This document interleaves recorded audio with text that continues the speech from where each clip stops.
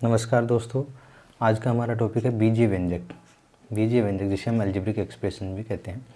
बीजीय व्यंजक में मुख्य रूप से दो वर्ड होते हैं, एक चर और एक अचर। चर जिसको वेरिएबल भी कह सकते हैं, बीज भी कह सकते हैं। चर क्या होता है? चर वह वैल्यू है जिसका मान हम बदलता रहता है, जिसका मान स्थिर नहीं रहता। जैसे एक्स है, वाई है, जेड है, ए, बी और सी। इस तरह से जो वैल्यू होती है उनको हम बोलते हैं चर। इनका मान बदलता रहता है, कोई फिक्स नहीं होता है। अचर ये होता है जिसका मान संख्यात्मक मान होता है, 5, 6, 4, 2, 3 इस तरह से जो मान होता है, 0। तो इनको बोलते हैं अचर राशियाँ। ये हैं चर राशियाँ जिनका मान स्थिर नहीं होता, और ये है अचर राशियाँ जिनका मान स्थिर होता है। बीजीय व्यंजक पे आते हैं। बीजीय व्यंजक पदों से मिलकर बनता है। और पद क्या होता है? एक चर को स्वयं से अथवा किसी अन्य चर या संख्यात्मक अचर से गुणा करने पे बीजीय व्यंजक का पद प्राप्त होता है। जैसे कि 3 गुणा एक्स गुणा वाई किया है तो 3x² वाई आ गया। 2 गुणा एक्स किया तो 2x² हो गया। ये बीजीय व्यंजक के पद हैं, ना कि बीजीय व्यंजक। हम बीजीय व्यंजक भी कह सकते हैं, लेकिन बीजीय व्यंजक के पद हैं। अब दो बीजीय व्यंजक बनता किससे है? 2 या 2 से अधिक बीजीय पदों को जोड़ने पर बीजीय व्यंजक बनता है। जैसे कि हमने इन्हीं को जोड़ दिया, 3x² Y plus 2x²। 3x² Y plus 2x², ये एक बीजीय व्यंजक है। बीजीय व्यंजक का और एग्जाम्पल लेंगे तो जैसे x+5 आ गया। और कुछ भी ले सकते हैं, जैसे हमने लिख दिया कि 2y² प्लस 3 लिख दिया, तो ये बीजीय व्यंजक है। अब बीजीय व्यंजक में गुणांक की बात करते हैं। गुणांक क्या होता है, जिसको कोफिशिएंट भी बोलते हैं। जैसे 3x² वाई है, 3x² वाई में x² वाई का गुणांक क्या होगा? x² वाई का गुणांक क्या होगा? x² वाई का गुणांक होगा 3। यानी जो गुणा में है, जिसके बारे में पूछा जाए उसके गुणा में है, वही गुणांक होगा। अब 3x² वाई में अगर ये बोला जाए कि y का गुणांक क्या होगा, तो y का गुणांक हो जाएगा 3x²। और अगर ये बोला जाए 3x² में कि x² का गुणांक क्या होगा, तो x² का गुणांक होगा 3y। ये इस तरह से करते हैं। ये इनके गुणांक निकालने का तरीका होता है। इसको संख्यात्मक गुणांक कहते हैं। और ये इस तरह से हो गया कि चर और अचर दोनों में है। यानी y के गुणा में हो गए 3x² है, और x² के गुणा 3x² y पद है, तो इसमें x² के गुणा में क्या है? 3y है। इस तरह से जिसके गुणा में होते हैं। और ओनली न्यूमेरिक या संख्यात्मक गुणांक बोला जाए तो 3 होगा। यानी 3x² वाई में संख्यात्मक गुणांक क्या है, तो सब बोला जाए तो बोलेगा अब 3 होगा।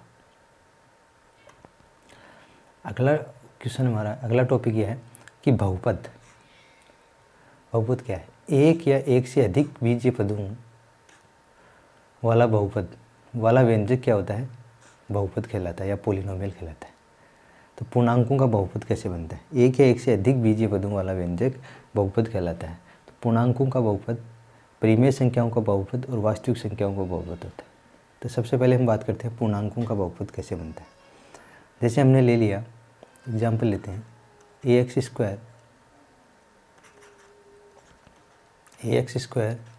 प्लस bx प्लस c, ये पूर्णांकों का बहुपद है। लेकिन इसको और वैसे ही न्यूमेरिक में एग्जाम्पल लेते हैं, तो जैसे लिख दिया मैंने 5x² प्लस 3x माइनस कुछ और ले लिया, जैसे 2 ले लिया।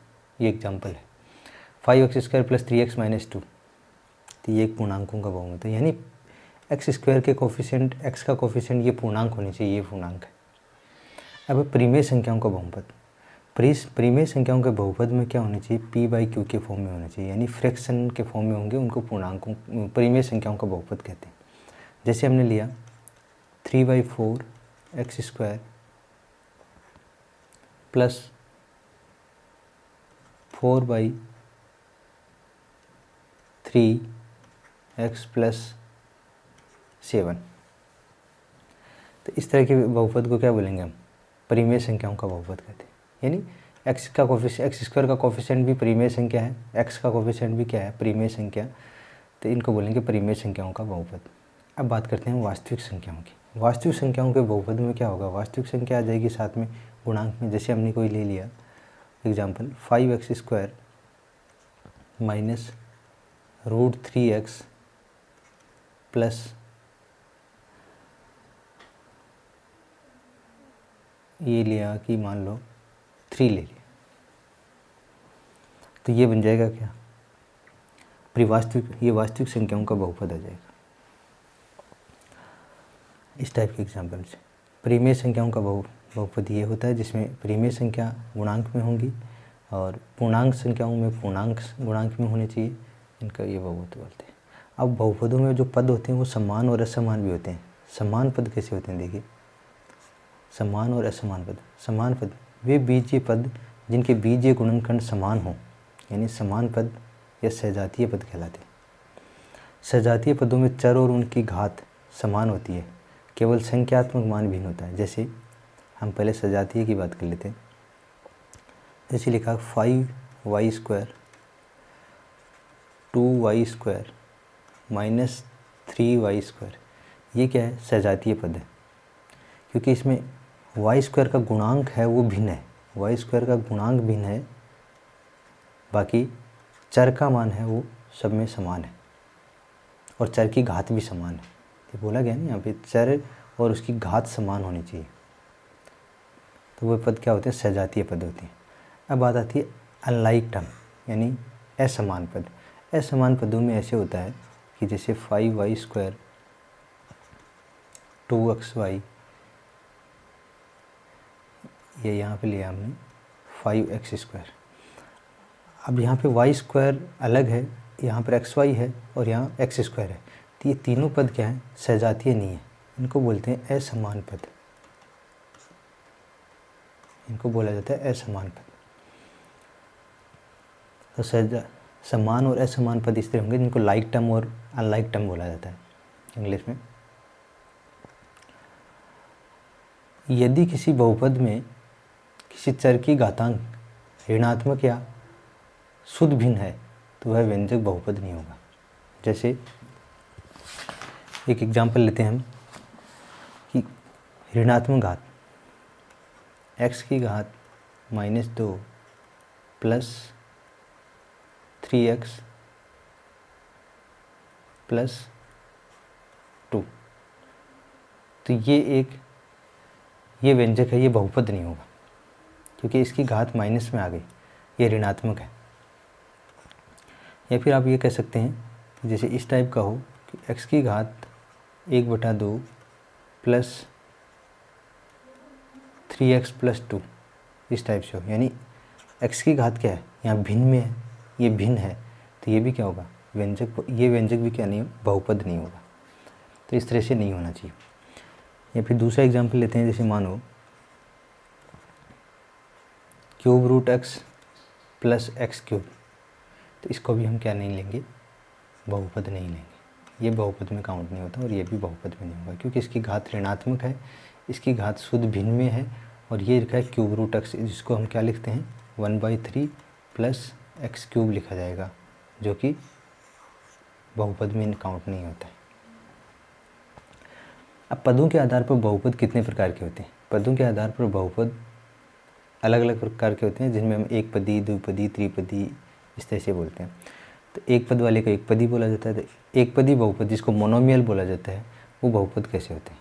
तो एक पदी बहुपद में क्या होता है, एक पद होता है, जैसे मैंने लिखा कि 2x² y², एक पद है। जैसे लिखा 5xy, जैसे लिखा 3, तो ये एक एक पद के बहुपद हैं। एक एक पद के बहुपद को एक पदी बहुपद या मोनोमियल बोला जाता है। द्विपदी बहुपद ये होता है, जैसे लिखती है x + 5, ये द्विपदी है। 2xy + 3 लिखा तो ये द्विपदी है, 3x भी लिख सकते हैं, ये द्विपदी बहुपद है। यानी बहुपदों की जो ये पद हैं वो प्लस और माइनस से अलग अलग किए जाते हैं। जैसे यहाँ पे बीच में प्लस का साइन आ गया, ये भी हो सकता है।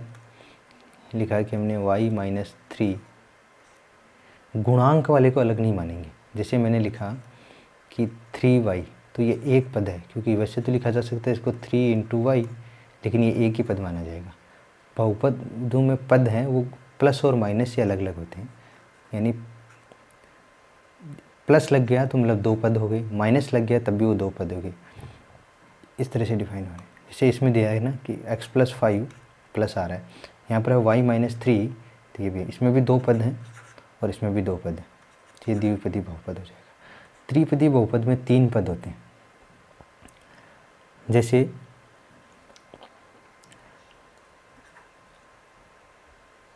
To x square plus 5x plus 3, इस तरह से ले लिया। तो इसमें कितने पद हैं? 3 पद है। 2x² प्लस 5x प्लस 3, ये 3 पद हैं, तो त्रिपदी बहुपद हो जाएगा। यानी पदों के आधार पर पद ये हो गए प्लस माइनस से, माइनस भी हो सकता है, बीच में कुछ भी लिख दिया कि 3x² माइनस 4x,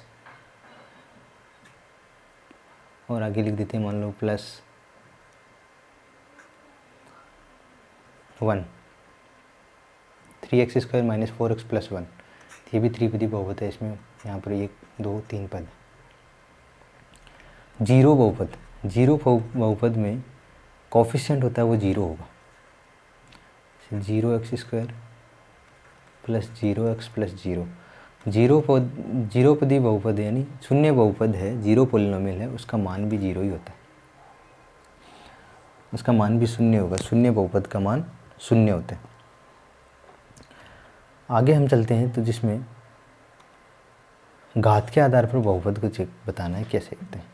घात के आधार पर बहुपद, एक घातीय बहुपद जिसको हम रेखीय बहुपद कहते हैं, द्विघातीय, त्रिघातीय, चतुर्घात, अचरपद बहुपद और ये सब। अब लीनियर बहुपद या एक घातीय बहुपद किसकी का फॉर्मेट क्या होता है? इनका फॉर्मेट होते हैं ax प्लस b।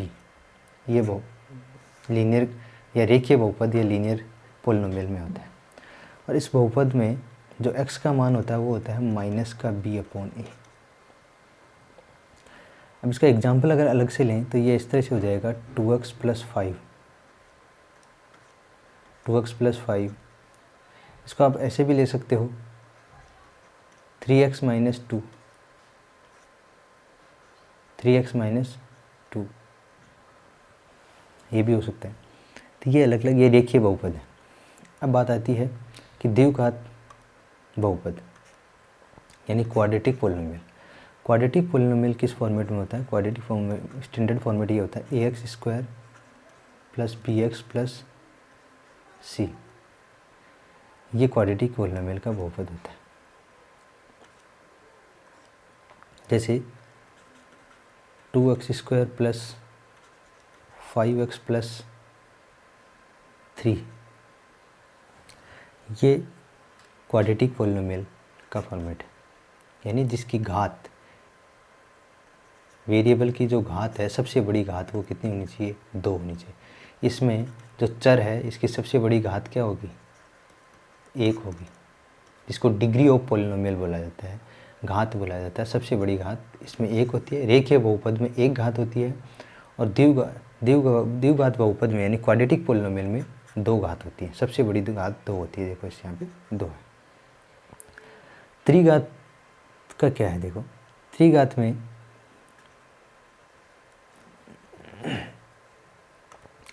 त्रिघात बहुपद में इसका फॉर्मेट होता है ax³ plus bx² plus cx plus d, ये फॉर्मेट होता है। इसे एग्जांपल लेते हैं हम, तो 5x³ plus 2x² plus 3x plus 7, इस तरह से हमने कोई एक एग्जांपल लिया। तो 5x³ plus 2x² plus 3x plus 7, ये त्रिघात बहुपद है। और त्रिघात बहुपद में ऐसे भी लिखा जा सकता है, ज़रूरी नहीं है कि इतने सारे पद होने चाहिए, पद कम भी हो सकते हैं। जैसे मैंने लिखा कि x³ प्लस 5, तो ये भी त्रिघात बहुपद है। लेकिन क्या होता है कि चर की हाईएस्ट घात है वो 3 होनी ज़रूरी है, तभी वो क्या होगा? त्रिघात बहुपद होगा। त्रिघात बहुपद में हाईएस्ट घात यानी सबसे बड़ी घात कितनी होती है? 3 होती है। सबसे बड़ी घात 3 होगी इसमें। चतुर्घात बहुपद में घात कितनी होगी? सबसे बड़ी घात 4 होगी। और इसका फॉर्मेट भी यही होता है ax⁴ bx³ plus c x square plus d x plus e, ये होता है। और इसको इस तरह से लिखा जाता है जैसे 7x⁴ प्लस, मैं एग्जांपल ले रहा हूँ, ये 5x³ plus 2x² plus 3x plus जैसे मान लो 9, इस तरह से लीजिए। तो ये यानी हाईएस्ट पावर कितनी है 4। अब ज़रूरी नहीं इतने सारे टर्म होंगे इसके अंदर, ये इतना भी हो सकता है कि 7x⁴ और इसके साथ में हमने लिख दिया जैसे मान लो 5, तो इसमें भी क्या है हाईएस्ट पावर कितनी है 4, तो इसलिए ये भी क्या होगा चतुर्घात बहुपद हो जाएगा, यानी 4th ऑर्डर पॉलिनोमियल हो जाएगा। अब बात आती है कांस्टेंट पॉलिनोमियल की। कांस्टेंट पॉलिनोमियल जिसमें अचर बहुपद होता है, कांस्टेंट पॉलिनोमियल में जैसे मैंने ले लिया 5, मैं ज़्यादातर एग्जांपल 5 का देता हूँ, तो 5।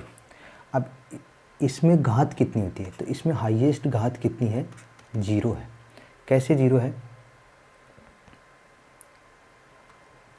देखो इसका एक एग्जांपल लेते हैं। 5 को हम कैसे लिख सकते हैं, 5x⁴, यानी किसी भी नंबर, किसी वेरिएबल की पावर अगर 0 होती है तो उसका मान कितना होता है 1 होता है। तो इसलिए 5x⁴ लिख सकते हैं। 5 को क्यों लिखा है और भी डिटेल में बता देता हूँ। 5 को हमने लिख सकते हैं इसे 5 × 1, और 1 को हम ऐसे लिख सकते हैं x⁴। तो वेरिएबल की हाईएस्ट पावर कितनी है यहाँ पर 0 है, इसलिए ये क्या है शून्य अचर बहुपद है, जिसको कांस्टेंट पॉलिनोमियल बोलते हैं।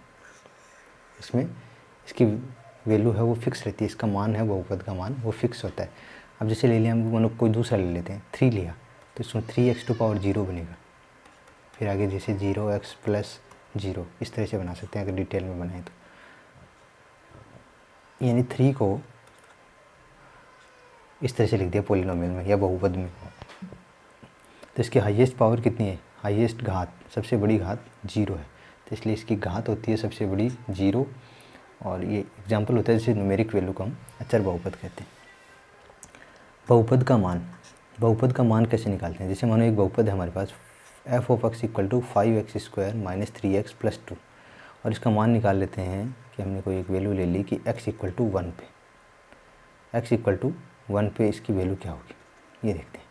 तो x = 1 पे वैल्यू देंगे तो f(1) = कितना आ जाएगा 5 1⁻² माइनस लेते हैं 3 × 1 और +2। अब आगे सोल्व करोगे तो 5 × 1⁻² कितना हो जाएगा 1 हो जाएगा, तो 5 × 1 कितना 5 माइनस 3 × 1 कितना हो जाएगा 3 और +2 कितना आ जाएगा 5 + 2 कितना 7 - 3 कितना आ जाएगा 4। तो f(1) की वैल्यू कितनी आ गई 4 आ गई। तो बहुपद का मान value of polynomial at x = 1 पे 4 आएगा। अब आप किसी और भी वैल्यू पे निकाल सकते हैं, जैसे अगर बोलिया जाता है x = 2 पे वैल्यू निकालो, तो जहाँ पर x लिखा वहाँ पे 2 रखो और सोल्व करोगे तो इसकी वैल्यू आ जाएगी। तो बहुपद का मान इस तरह से निकालते हैं।